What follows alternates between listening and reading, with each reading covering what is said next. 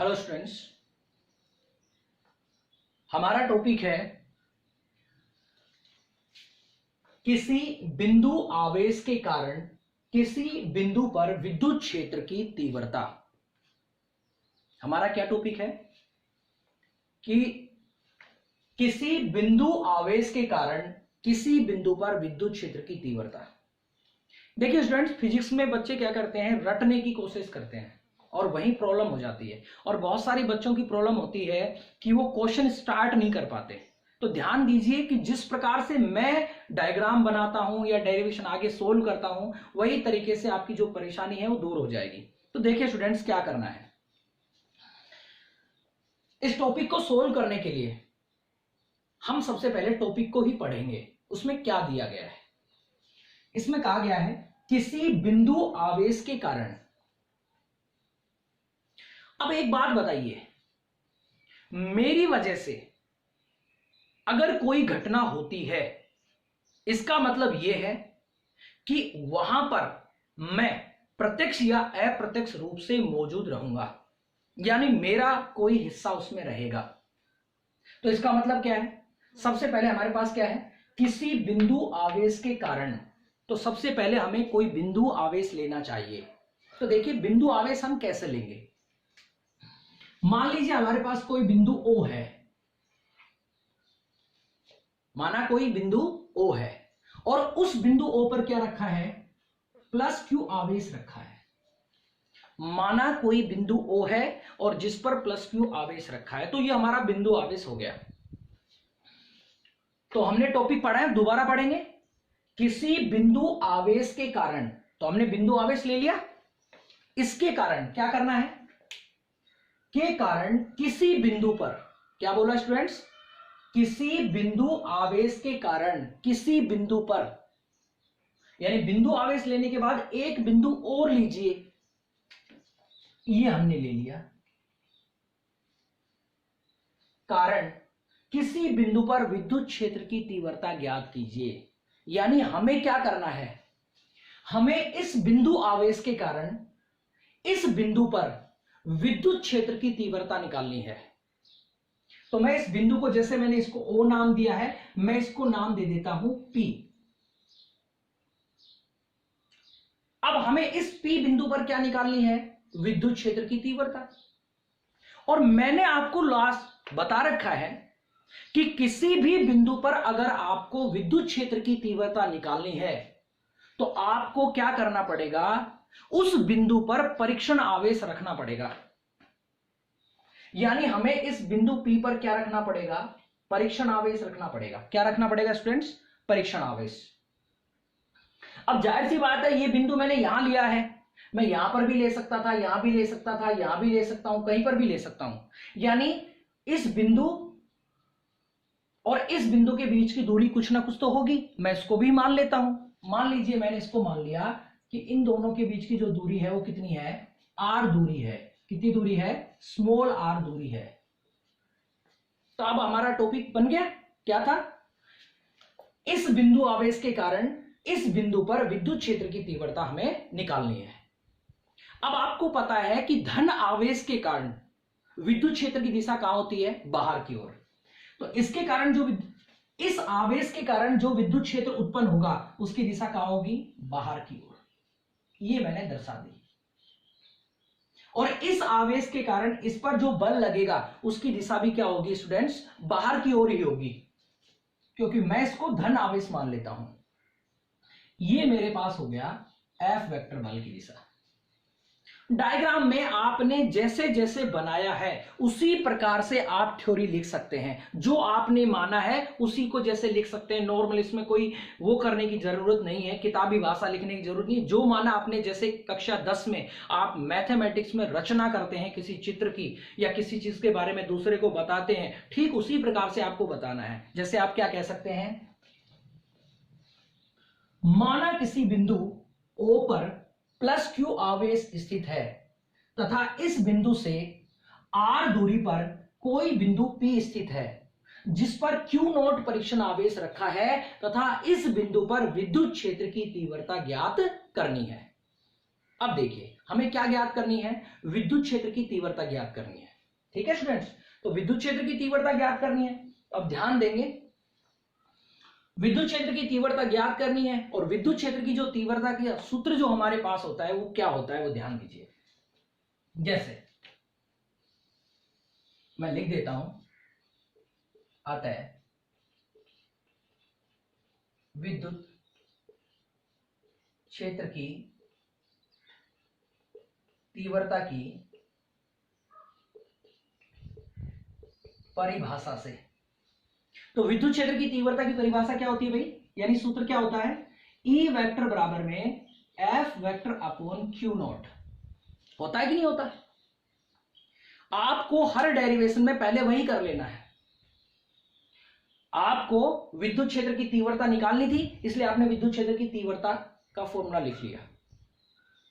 अब देखिए, विद्युत क्षेत्र की तीव्रता निकालने के लिए आपको दो चीजें चाहिए, एक तो Q नॉट चाहिए और एक बल चाहिए। तो देखो, Q नॉट का मान तो हम क्या रख सकते हैं, Q नॉट, यानी इसको तो हमें निकालने की आवश्यकता नहीं है। तो फिर हमें क्या निकालने की आवश्यकता है, F वेक्टर। यानी अगर हमें विद्युत क्षेत्र की तीव्रता चाहिए तो हमें क्या निकालना पड़ेगा, F चाहिए, बल निकालना पड़ेगा। तो देखिए, इस डेरिवेशन में सबसे पहले हम क्या निकालेंगे, बल। कौन सा बल, ये जो आवेश है ये इस पर क्या लगाएगा, बल लगाएगा। तो हम ये बल निकालेंगे, तो क्या कहेंगे, अतः Q नोट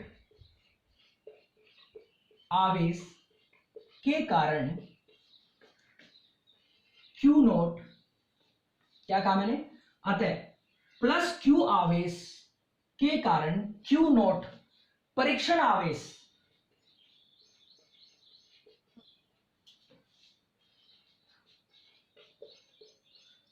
पर लगने वाला बल। तो हमें कौन सा बल निकालना है, इस आवेश के कारण इस आवेश पे लगने वाला बल निकालना है। अब जरा ध्यान करेंगे, कभी भी अगर हमें दो आवेशों के बीच में लगने वाला बल ज्ञात करना हो तो स्टूडेंट्स हम किस नियम का उपयोग करते हैं, कूलाम नियम का उपयोग करते हैं। कौन से नियम का उपयोग करते हैं, कूलाम नियम का। तो देखिए, कूलाम नियम क्या है हमारा, चूंकि F वेक्टर बराबर में K पहला आवेश, दूसरा आवेश और दोनों आवेश की बीच की दूरी का स्क्वायर। इस सूत्र के आधार से इन दोनों आवेशों के बीच में लगने वाला बल ज्ञात करेंगे हम। तो देखिए स्टूडेंट्स, क्या करेंगे, F का F लिख देंगे, ये मैंने F का F लिख दिया, बराबर, ये क्या है सूत्र में, K समानुपाती नियतांक है। क्या है स्टूडेंट्स, समानुपाती नियतांक। तो मैंने K का K ले लिया। अब सूत्र के हिसाब से मेरे पास क्या आना चाहिए, Q1 आना चाहिए। क्या आना चाहिए, Q1, यानी पहला आवेश। तो इन दोनों आवेशों में से पहला आवेश कौन सा है, प्लस Q है। तो प्लस लिखने की आवश्यकता नहीं है, तो हम क्या लिख देंगे, Q। और सूत्र में फिर क्या है, Q2 आवेश, यानी दूसरा आवेश। तो दूसरा आवेश, इन दोनों आवेशों में से दूसरा आवेश कौन सा ले रखा है हमने, Q नोट ले रखा है। तो मैं यहां पर क्या लिख दूंगा, Q नोट। अब हमें क्या चाहिए, दोनों आवेशों के बीच की दूरी। तो देखिए, संयोगवश हमने बीच की दूरी r मान रखी है। अगर हमने a मान रखी होती तो a ले लेते, 2 मान रखी हो तो 2 ले लेते। तो देखिए, r की जगह हम क्या ले लेंगे, r, और इसका हमें क्या करना पड़ेगा सूत्र के हिसाब से, स्क्वायर। ठीक है स्टूडेंट्स, ये हमारे पास हो गया। अब जरा ध्यान दीजिए, बल तो मैंने निकाल लिया, तीव्रता निकालने के लिए मुझे क्या चाहिए था, बल चाहिए था। तीव्रता निकालने के लिए मुझे क्या चाहिए था, बल चाहिए था, और मैंने स्टूडेंट्स बल यहां पर निकाल लिया है। लेकिन आप ध्यान दीजिए, यहां पर E वेक्टर है, तो यहां पर मुझे क्या निकालना पड़ेगा, F वेक्टर, यानी बल को मुझे सदिश रूप में लिखना पड़ेगा, क्योंकि बल कैसी राशि होती है, सदिश राशि। तो देखिए, अब हम क्या करेंगे, इसे लिखेंगे यहां पर सदिश रूप में। आपको पता है एकांक सदिश का जो सूत्र है आपका, वो ध्यान है सभी को, क्या है, n कैप बराबर में n वेक्टर बटा n मोड।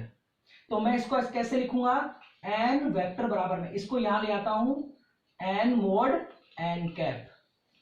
यानी कभी भी अगर किसी राशि को सदिश राशि बनाना हो तो उसे कैसे बनाया जाता है, देखिए, जो बल है या कोई भी राशि है उस पर हम क्या लगा देते हैं, वेक्टर लगा देते हैं। ठीक है, जिस राशि को सदिश राशि बनाना होता है उसे कैसे बनाएंगे, उस राशि पर हम क्या लगा देंगे, वेक्टर लगा देंगे। लगा दिया, फिर उसका हम क्या लिखेंगे, परिमाण। तो ये इसका परिमाण है, तो इसका परिमाण क्या है, k का k आ गया, q का q आ गया और q नॉट का q नॉट आ गया, और नीचे क्या है स्टूडेंट्स, r स्क्वायर है।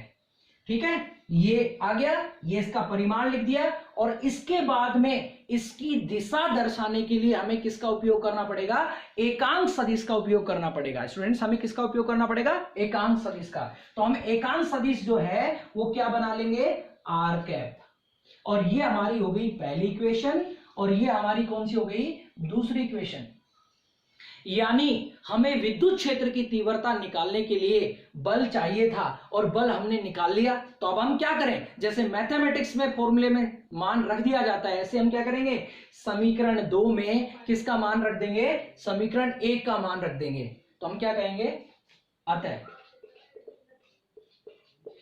अतः समीकरण 2 में समीकरण 1 का मान रखने पर क्या करेंगे स्टूडेंट्स, हम समीकरण 2 में किसका मान रख देंगे, समीकरण 1 का। तो देखिए E वेक्टर बराबर में, ये लिया मैंने, ऊपर मुझे किसका मान रखना है, F वेक्टर यानी बल का मान रखना है। तो बल का मान देखिए समीकरण 1 में हमारे पास क्या है, K Q Q not upon R square और R कैप। मैं यही लिखने वाला हूं, देखिए K Q Q not upon R square, और यहां पर मैं क्या लिखूंगा, R कैप। अब ये F का मान था, मैंने लिख दिया। अब नीचे अनुपात लगा दिया, और अब मैं नीचे किसका मान क्या लिखूंगा, Q नॉट। तो अब स्टूडेंट देखिए, ये मेरे पास Q नॉट है, ये भी Q नॉट है, तो ये Q नॉट से Q नॉट दोनों क्या हो जाएंगे, कैंसिल हो जाएंगे। और मेरे पास क्या सूत्र आ जाएगा, ध्यान देना, मेरे पास सूत्र आ जाएगा E वेक्टर बराबर में K Q और नीचे R स्क्वायर और यहां पर R कैप। ये मेरे पास आ गया विद्युत क्षेत्र की तीव्रता का मान। तो हम क्या निकाल रहे थे, किसी बिंदु आवेश के कारण किसी बिंदु पर विद्युत क्षेत्र की तीव्रता निकाल रहे थे। तो ये हमारे पास आ गई। कभी भी आपसे यह कहा जाए कि किसी बिंदु आवेश के कारण किसी बिंदु पर विद्युत क्षेत्र की तीव्रता ज्ञात कीजिए, तब आपको इस प्रकार से ज्ञात करना है, और यह माना गया। अब देखिए ये क्या कहता है, ये कहता है, यह सूत्र हमें क्या बताता है कि जो तीव्रता आपने प्राप्त की है वो दूरी के क्या है, व्युत्क्रमानुपाती है। दूरी के कैसे है, व्युत्क्रमानुपाती। यानी ये जो बिंदु आपने लिया है, जिससे इसको जितना आप दूर ले जाते जाएंगे, इससे जितना आप दूर ले जाते जाएंगे उतनी ही विद्युत क्षेत्र की तीव्रता क्या होती चली जाएगी, कम होती चली जाएगी। यही बात है यहां पर। ठीक है, कि विद्युत बिंदु आवेश के कारण विद्युत क्षेत्र की तीव्रता दूरी के वर्ग के कैसे होती है, व्युत्क्रमानुपाती। अब अगर आपसे कोई पूछ ले कि तीव्रता और दूरी का ग्राफ बनाइए, तो देखिए ये आपके पास आपने ले ली तीव्रता, ये आपकी दूरी हो गई। ठीक है, दोनों में कैसा संबंध है स्टूडेंट्स, व्युत्क्रमानुपाती संबंध है। यानी दूरी बढ़ेगी तीव्रता घटेगी, ऐसे बना दिया। अब कोई आपसे कहता है कि 1/, के हिसाब से बनाइए, तब ये देखिए व्युत्क्रमानुपाती हो जाएगा। और जब आप समानुपाती हो जाएगा तो अपन क्या करेंगे, E वेक्टर बराबर E वेक्टर, और ये 1/r के हिसाब से लेंगे, तो इन दोनों में कैसा संबंध रहेगा, समानुपाती। मैंने क्या कहा है, ये दोनों तो किसमें है, व्युत्क्रमानुपाती हैं, और अगर पूरा बोला जाएगा तो कैसे हो जाएगा, समानुपाती। तो ये हमारे पास बात हो चुकी है। अब हम बात करने वाले हैं इसमें, देखिए स्टूडेंट ध्यान दीजिए, तीव्रता के हमारे पास कितने फॉर्मूले हो गए, 2 फॉर्मूले हो गए। एक तो कौन सा हो गया, E वेक्टर बराबर में F vector upon Q not, और एक तीव्रता का फॉर्मूला कौन सा हो गया, E वेक्टर बराबर में KQ upon R square R cap. ये फॉर्मूला हमारे पास हो गया।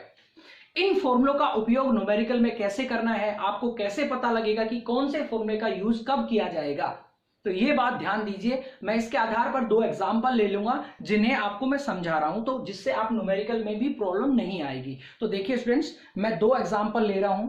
हमारा पहला न्यूमेरिकल क्या है, 5 गुणा 10 की पावर -4 कूलम आवेश पर 2.25 न्यूटन बल कार्यरत है। क्या कह रहा है कि 5 गुणा 10 की पावर -4 कूलम आवेश पर इतना बल कार्यरत है, तो विद्युत क्षेत्र की तीव्रता ज्ञात कीजिए। हमें आवेश दिया गया है, बल दिया गया है, और क्या ज्ञात करवा रहा है, विद्युत क्षेत्र की तीव्रता। तो देखिए स्टूडेंट्स, सबसे पहले न्यूमेरिकल का सही तरीका है, जो दिया गया है वो लिखिए। तो हम क्या दिया है, दिया है आवेश। तो आवेश क्या है, 5 गुणा 10 की पावर -4 कूलम, और दूसरा हमारे पास क्या दिया है, बल दिया है। तो बल क्या है, 2.25 न्यूटन। ठीक है, और अब क्या लिखना है, विद्युत क्षेत्र की तीव्रता ज्ञात करनी है। तो क्या ज्ञात करनी है, विद्युत क्षेत्र की तीव्रता। विद्युत क्षेत्र की तीव्रता को किससे दर्शाते हैं, ई से। तो देखिए, विद्युत क्षेत्र की तीव्रता का फॉर्मूला हम लिखेंगे सबसे पहले, E vector equal to K Q upon R square. लिखेंगे क्या, नहीं, कौन से वाला सूत्र लिखेंगे, क्योंकि E vector equal to F vector upon Q naught. ये विद्युत क्षेत्र की तीव्रता का फॉर्मूला है। इसमें हमें साफ साफ दिखाई दे रहा है कि एफ वेक्टर का मान हमारे पास दिया हुआ है, क्यू का मान हमारे पास दिया है, दोनों मान हम रख देंगे। तो एफ का मान कितना है, एफ का मान है 2.25, और नीचे क्यू का मान कितना है, 5 गुणा 10 की पावर कितनी है, -4। अब देखिए, इसको सोल्व आप भी कर सकते हैं, बाकी मैं करके दिखा देता हूं। आप ये 10 किलो हटाइए, तो 2 अंक इधर है, तो आप यहां कितना से गुणा कर देंगे, 100 से कर देंगे। तो यहां पर हमारे पास क्या हो जाएगा, देखिए यहां पर 10 की पावर -4 है, 100 को हम 10 की पावर 2 लिख सकते हैं। तो क्या लिखेंगे, 225 बटा 5 गुणा 10 की पावर, ये 4 है, ये प्लस की 2 है, तो माइनस की कितनी रह गई, 2। 5 से इसको काटेंगे तो 5 चौके 20, और फिर कितने रह गए, 25, तो 25। ठीक है स्टूडेंट्स, तो अब हम क्या लिख सकते हैं, 45 ऊपर है हमारे, 45 कहाँ है, ऊपर है, और नीचे से ऊपर जो घात जाती है माइनस की, वो किस में हो जाती है, प्लस में। तो हम क्या लिखेंगे, गुणा 10 की पावर 2।